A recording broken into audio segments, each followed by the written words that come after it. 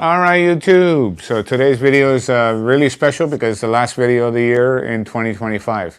So if you're watching it in 2026, it still matters because it's going to set the tone for sort of what we're going to do for the next 12 months, right? In addition to that, got something a little special for you. I've been away, been traveling with the family.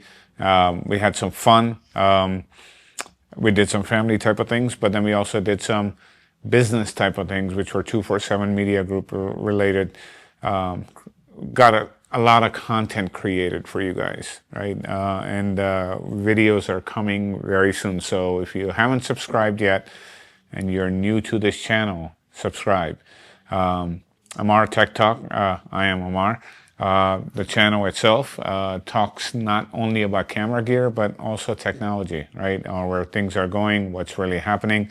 So let's kind of make this video more of a conversational type of thing as to what's going to be there. Some things are going to be things that will resonate with you. Other things are going to be things that are probably, some people might not like it. But I have to say certain things moving in 2026 because we have to set the tone for this channel onto what we're really trying to do. Many of you always ask, what camera did you use? What lens did you use to make this video? I'm going to tell you right now what exactly I used. I am using a R5 Mark II from Canon, and it's got the latest 45 millimeter 1.2 lens actually mounted on there at 1.2. That's what you're seeing. So whatever is behind me, it's there, you can see stuff's there, but it just is like beautifully like kind of melting away behind me. If I were to shoot this at f8, all of that would be sharp and then you'll be able to see all of my cameras. I'm just kidding. But the idea is to make it look a little bit more, the word is cinematic. It's actually the bokeh, which is out of focus, or bokeh, whatever you want to call it, right? What are we going to do in 2026? Wow. You see a lot of things behind me. There's a whole history of almost 35 years of cameras behind me, in addition to even more, which date back to 50, 60, 70 years, some of the cameras that I have that you've seen. In 2026, we are going to review all of the classics. And classics, I mean 1D Classic, 1DS, 1D Mark II, 1D Mark III, 1D Mark IV from Canon, a 1DX equivalent, and then onto the 1DX Mark III, which was the last of the professional DSLRs. And on the 5D, we'll do the 5D Classic that you've already seen before. We'll do the 5D Mark II. The 3 and 4, I just went down the 1D path and didn't do as much. I've had a 4 before. Ended up going with the EOS R on the mirrorless side. Pretty much the same type of camera, but now the R6 Mark III from Canon. It literally is a 5D Mark IV with a lot of mirrorless capabilities to it. So if you're looking to shoot both of them side by side, great camera, check it out. One thing I do want to put out here is there are a lot of cameras that have come out in 2025. And some of you will find this very shocking. My vote for the camera of the year on this channel, and this is the part that's going to be a shocker to all of you. It's not a Canon. Funny part, right? As much as I shoot Canon, it's not a Canon. It's not even a Sony. Can you believe that? I think the most bang for the buck that any brand has put out there in the last 12 months. Yes, it's not a perfect camera, but for $2,000, the Nikon ZR, that camera is insane for what you're getting. If you are a new filmmaker, want to get into filmmaking, you don't got a lot of money, and you don't need all of the bells and whistles or the more expensive bodies like the R5 and R6, and all this other cameras, right, that you're going to pay more for, you're not going to get a better starter camera. That camera can pull its own weight against a lot of the very expensive cameras. So shocked, I'm sure you are, right? Because you've probably been on this channel. You probably just think, oh, this guy just hates Sony, he hates Nikon. Not really. When they do right things, that's what it is. When they kind of F up, you got to call them out. So that sets the tone for sort of where we're going in 2026. This is the conversation that I've had a lot with my son. He's actually filming this for us today to make sure that, this video can execute the way it is. And he puts in his time to make sure everything frames up, looks good, whatever. He does quite a bit of that. And he's actually learning a lot about exposure to make sure that I look good and I looked correct. So I don't look like, I got like something going on here and I just look weird. Skin tones are natural, everything looks beautiful. So hats off to him for actually helping. He's going to actually play a very big role in 2026 on this channel. And you'll probably see him more into either videos, maybe even one day I would love to get him to come and join me on this table here and actually do I don't know, maybe a live stream or maybe just a podcast style of video that we both do together where I ask him random questions, right? Based on the different things that he's exposed to, what he's seeing, what's really happening from a 15-year-old's perspective.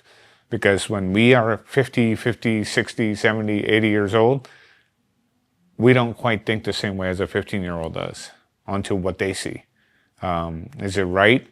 Maybe. Is it wrong? Maybe. But again, it's their perspective. And their perspective is very important because this is really taking over. You guys know that, right? And this is only going to continue to happen more and more and more. So the theme for 2026 that we have come up with, and this is not just something that I've come up with by myself, it's something that we have talked about many times, and this is a phrase that you've heard me say on my channel a few times in the last 1 month. And that's not by accident. It's intentional as to where we're going. And that phrase is enough is enough. What that means is if you're going to bullshit, I'm going to call it out, right? Let's just be blunt, right? We're done playing games. There's no more, oh, your photo looks so good. It's like, it looks like shit, dude, right? The reason why I'm saying this to you, I'm not saying I'm the best photographer in the world, but if we're friends, your friend is the only one that's really going to tell you the reality of the situation, if they're truly your friend. Most people don't, I don't want to say correct, but don't challenge the person to actually improve. So everyone running around thinks that they know what they're doing when they really don't. They have no idea.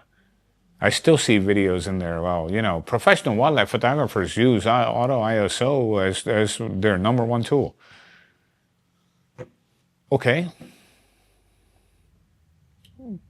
First of all, if you're a professional, you probably don't use auto ISO. And if you are using auto ISO, it is in such controlled ways because you are a professional and you understand the damage that auto ISO can do, right? And you've seen my videos in the past. Auto ISO is one of the most dangerous things to your photography. Stay away from it. It's literally like saying you're sitting in your car and now all of a sudden you're going to put that thing on autopilot and you're going to tell your car, take me wherever it is that you want to take me. I'm good with it. Speed limit's 65, it tries to do 70. Right? Or it tries to do 90 miles an hour. Why? Because there's no car in the front, so hey, might as well speed up. It's the same thing that auto ISO is doing. Right? Because if there is something that you really wanted to shoot at ISO 400, for example, right? Auto ISO is going to sit there and say, this is really good. Let me get to that middle gray of that 18%, and I'm going to now really not shoot it as ISO 400. I'm going to bump this up to 800. What happens every time you actually deviate from the base ISO? You lose dynamic range. So if you're off by at least 2 or 3 stops on auto ISO, you've lost all that detail in your photo. You can't bring it back. I don't care how good your sensor is. So all I can tell you in 2026, invest a little bit of time into yourself. Get a mentor. Someone that you trust. Someone that can guide you the right way. Right? It's very important. I'll give you another good example. A lot of people go hunting. I met a guy recently that goes hunting. And I asked him a question, because he's into photography too. You use auto ISO? Yeah, I use it all the time. Yeah, I said, but you don't have consistency in your photos. That's why I asked you that question. Yeah, I know. But I use it because it's easy. And so when you go hunting, is there like an automatic mode on your gun? Let's say your gun had an automatic mode, right? To shoot whatever wildlife, whatever it is that you're trying to hunt and kill. Would you put it in the auto mode? Oh, hell no, I wouldn't do that. I'm like, why not? I don't want that gun deciding where to go. I'm like, well, why do you do that with your photography? You're doing the same thing with your photography. You're not in control. That camera is making every decision. You're not. Pretty soon, you can just put a camera on a tripod, come back the next day and take home the pictures. It don't even need you to be there. It's smarter than you are. Well, so it thinks.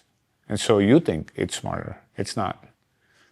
Learn photography, learn exposure, better yourself, and invest your money in good glass.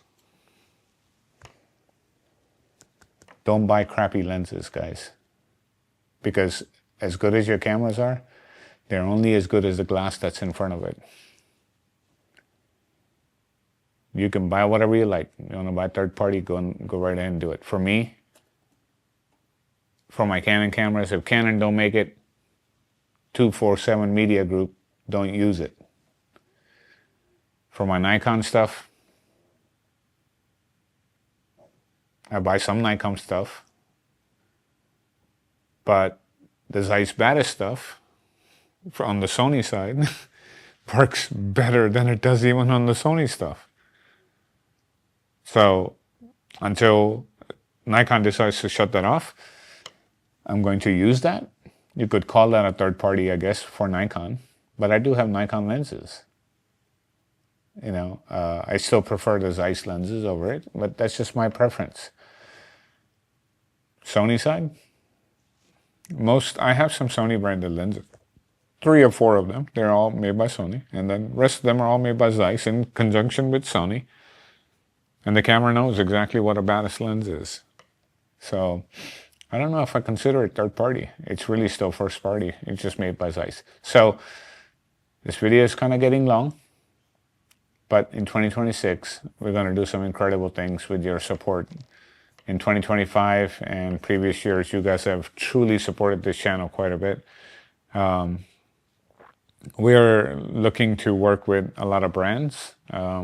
We have Zhiyun at the table. We have Godox in conversation with Godox. PGY Tech, we have a new product review coming up, hopefully this week, or maybe next week. So there's a lot of things coming, and a lot of brands are starting to reach out. And I'm not going to review every single thing that someone sends me for free. I'm going to review the things that make sense to me. If they make sense to me, you'll see it on the channel. If not, it just won't be here. Yeah, it's nice to get it for free, whatever it is, that's fine. But that's not an issue with me. I can always buy it if I really need to, right? So, last thing. Our trip to New York was incredible fun. We did Christmas in New York. We were literally in Manhattan on Christmas Day. And we had my son take this V10 from Canon, mount it literally here onto his chest. It's got a mount. And he's captured going from Times Square to the top of the rock, which is on the top of the Rockefeller Center. Pretty amazing. And I'm going to, towards the end of this video, put a little bit of that in there for you to just show you how many people are there actually in the city. And it was insane. There were so many people on the ground, and majority of like the stores and things like that were closed, but all of the food places, all of that was open. But it was insane on how many people are in that city. It's like people are shoulder to shoulder walking on these streets. So it was an incredible time. We had a blast. And with that, hopefully you enjoy it. Happy New Year to each and every one of you. 2026 is here. 2025 is done with. And in 2026, hopefully, I don't know, if gear is your thing, you're probably going to get tons of new gear. My advice to you is going to be buy sensible gear. Don't buy all the gear, because the people that buy all the gear never get time to actually use any of it, because they're constantly just buying gear. They're not using it.